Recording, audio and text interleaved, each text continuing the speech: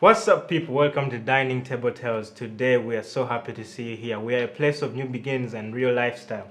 Today we are willing to shake things up as we bring in panelists that are willing to open up about mother and daughter-in-law conflict. With that said, let's get our sponsorship out of the way. We want to give a whole shout out to Mapenzi Studio and i3c for sponsoring this video and making it happen. If you're thinking domain, think i3c.co.ug. Without further ado, let's call our panelists in and let's get started.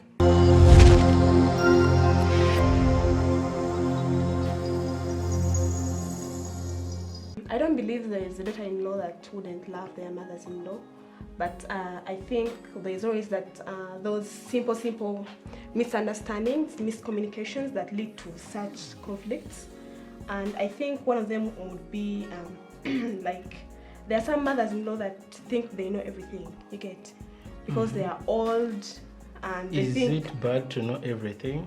It isn't bad to know everything, but the way you deal with teaching your daughter-in-law how to now this is that in the family. This is the thing.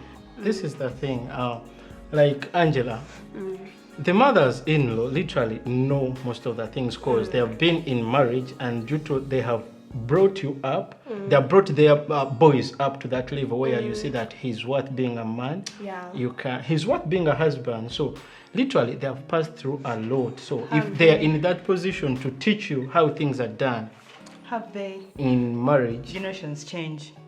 How you raised your son is okay, but then what you're teaching me that was for back in the day or something is not what is working today. But Cynthia, this is the thing, huh? You cannot know where you're going when you don't know where you are and you don't know where you're coming from. You get it? So you can literally not delete out generations.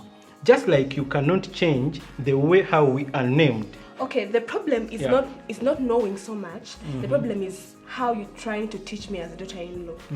You get? Yeah. How you're trying to teach me how to do things and stuff. And how can that lead you trashing into everything I know, trashing everything I know, trashing everything I was taught, just so as you prove a point that you do know better or something. But for me, I think you guys just.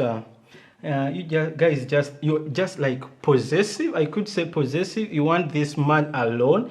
Of course, this guy has a mother who is so loving, who is so caring. You know, you get it. So when the guy gives like much of his time to his mom, that's where, to me as a man, I think that's where the problem comes. You start feeling that jealousy, the ego grows and then gets flies.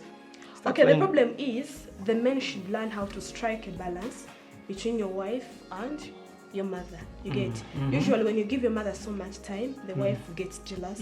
When you give your wife so much time, the wife gets what? Jealous. So you think it could be at equilibrium? I don't think it would, because it's usually difficult to strike things at equal equilibrium. You get? Yeah. But usually I believe you have to find ways of considering the more important. Okay, now this is the thing, Angela. We cannot get to equilibrium like having equal share. So you said that if I give my mom too much, the wife will feel like left out. Abandoned. So if I give my wife too much, the mom will feel like left out. So and we cannot go at equilibrium. But then let's be realistic. What causes the conflict is even on the man anyway. Yeah. Right? What is it? It's always something between the daughter and the mother. Yes. Something actually, it's small things.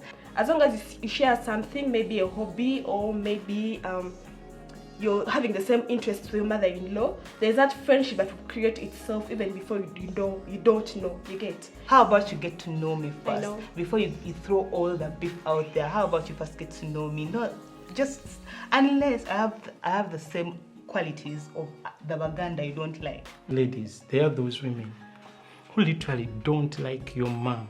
Even if they don't know, if they've never seen her, even if they've never talked to her, they don't like your mom.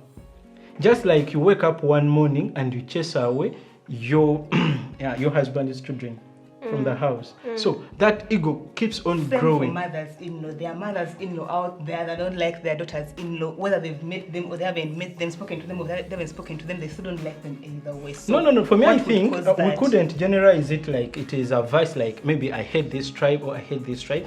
But those vices you practice, let me say, Take, like, if Angela, you're disrespectful, you don't respect her. You get it? So literally, that can bring that conflict. If you don't respect her, trust me, she won't like you.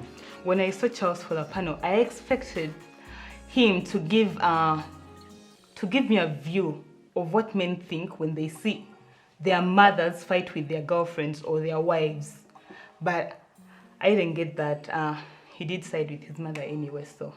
Let me say. Keeping in mind we're raised different. How you raise people in your home is not how I was raised in my home. Me not kneeling down for you is not disrespect, because it is totally a disrespect. In our home, it is totally let me tell you, Cynthia, and it is totally a disrespect. Until you actually do talk to me and tell me, hey Cynthia, in my home we kneel down. I knew when I saw you guys coming in here, I knew you couldn't side with, because women, actually females, even if it is a cat, they actually, whenever they meet, they fight.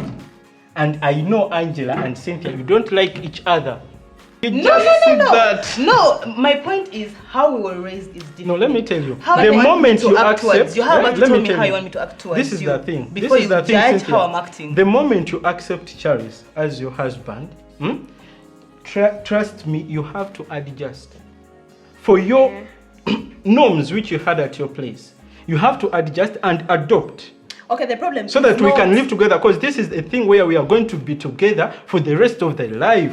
We are not just trying out. The problem is not adjusting. The problem is how you communicate to me. Yes, if at all I'm going astray of your family's norms or what, anything, how do you see it when you sit with me and tell me, you know what, Angela, here we do like and this? And that's where the ego, because I don't think that the mother-in-law will just come out of a blue and tells you, yo, you didn't sweep this up. Things like that. She won't do it.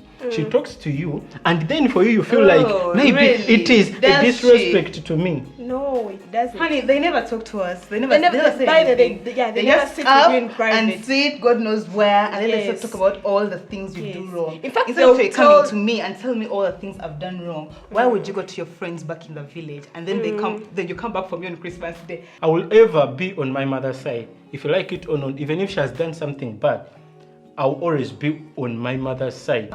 Charles, you don't have to. You have to make sure you strike a balance between your relationship between your wife and your mother. You don't have to side with your mother, because we don't know what they do that they don't even disclose. There is no mother who could like her child to be mistreated.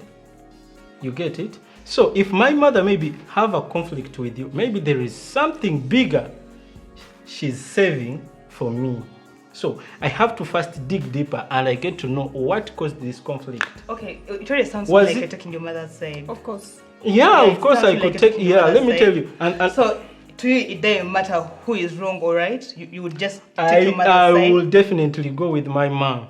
Okay. Okay. My point is, for the men, in case you're having conflicts at home between your mother and your wife, I feel like you have to sit down, the two of them, and look for a solution together with them. You don't have to side with your mother or side with your wife, right? You have to sit down with them, because you're not going to look for a solution. Yes, because if you're going to side with your mother every other time, you're going to break up with the whole another world. 100 relationships, my dear.